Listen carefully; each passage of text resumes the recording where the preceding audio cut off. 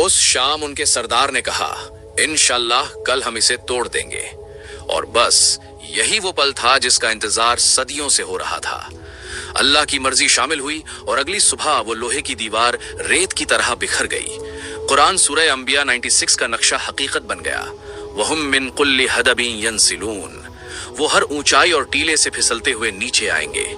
उनकी तादाद इतनी ज्यादा होगी कि जब उनका पहला लश्कर बुहैला तबारिया यानी लेक टिबेरियस से गुजरेगा तो उसका सारा पानी पी जाएगा, और जब उनका आखिरी लश्कर वहां पहुंचेगा तो सूखी जमीन देखकर कहेगा, सुना है कभी यहाँ पानी हुआ करता था। जब जमीन पर कोई उन्हें रोकने वाला नहीं बचेगा तो वो अपने घमंड में आसमान की तरफ तीर चलाएंगे। अल्लाह एक आजमाइश के तौर पर उन तीरों को खून में रंगा हुआ वापस भेजेगा ताकि उनका फितना और बढ़ जाए। लेकिन घबराइए नहीं, ये सब आज या कल नहीं होने वाला। हजारों लोग डरे हुए हैं कि याजूज माजूज बस निकलने ही वाले हैं, लेकिन सही मुस्लिम की हदीस 293 ने एक टाइम लॉक यानी वक्त तय कर रखा है। इस क्रोनोलॉजी को समझिए। नंबर 1, पहले दज्जाल आएगा और दुनिया में फसाद मचाएगा। नंबर 2, फिर हजरत ईसा अलैहिस्सलाम आसमान से उतरेंगे और दज्जाल को बाबे लुत पर खत्म करेंगे।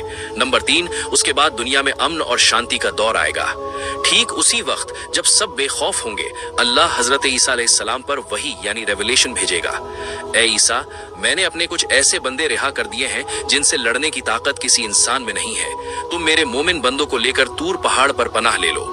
यानी जब तक दज्जाल नहीं आता और हजरत ईसा अलैहिस्सलाम नहीं आते, तब तक दीवार टूटने का सवाल ही नहीं उठता। अब देखिए अल्लाह की कुदरत। पूरी दुनिया पर याजूज माजूज का कब्जा होगा और हजरत ईसा अलैहिस्सलाम पहाड़ पर दुआ करेंगे। इन अरबों फसादी सुपर ह्यूमंस को मारने के लिए अल्लाह कोई फौज नहीं भेजेगा, कोई परमाणु बम नहीं चलेगा। अल्लाह सिर्फ एक छोटा सा कीड़ा जिसे नगफ कहते हैं उनकी गर्दनों में पैदा कर देगा। एक ही रात में, जी हाँ सिर्फ एक रात में, वो सब के सब ऐसे मर जाएंगे जैसे एक जान की मौत हुई हो। फिर अल्लाह बख्ती ऊंटों जैसे परिंदे भेजेगा जो उनकी गंदगी को साफ करेंगे और एक बारिश पूरी दुनिया को धो देगी। ये है अल्लाह की शान। बड़ी से बड़ी ताकत को खत्म करने के लिए उसका एक छोटा सा कीड़ा ही काफी है। जाते जाते गलत फहमी दूर कर लीजिए जो लोगों को मायूस करती है। सही बुखारी में है कि कयामत के दिन 1000 में से 999 जहन्नमी होंगे। ये सुनकर सहाबा रजी अल्लाह अन्हु रो पड़े थे।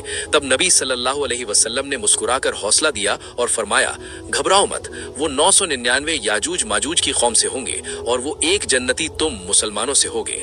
तो अगर आप ईमान पर हैं और अल्लाह और उसके रसूल से मोहब्बत करते हैं तो मायूस ना हो, आप उस एक में हैं।